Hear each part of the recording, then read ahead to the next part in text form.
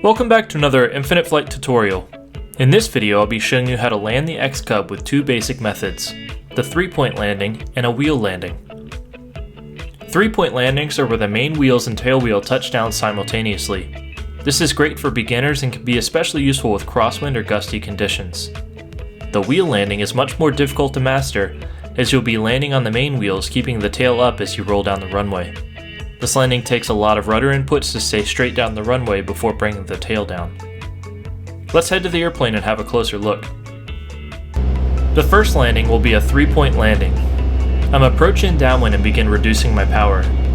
To bleed off my airspeed, I'll apply gentle back pressure on the stick. As we approach 70 knots, we'll throw in that first notch of flaps.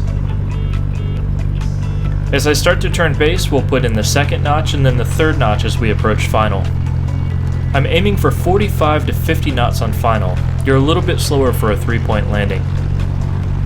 Shortly before touchdown, I'll round out, bring up the nose to a neutral position, and let the airplane come to a rest just above the runway.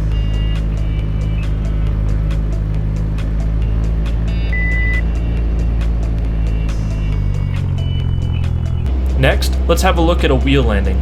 I'm back in the downwind and again reduce my throttle, pitching for 70 knots and throw in my first notch of flaps as I turn base. Your approach is going to look very similar to the previous, however you can be about 5 knots faster for a wheel landing.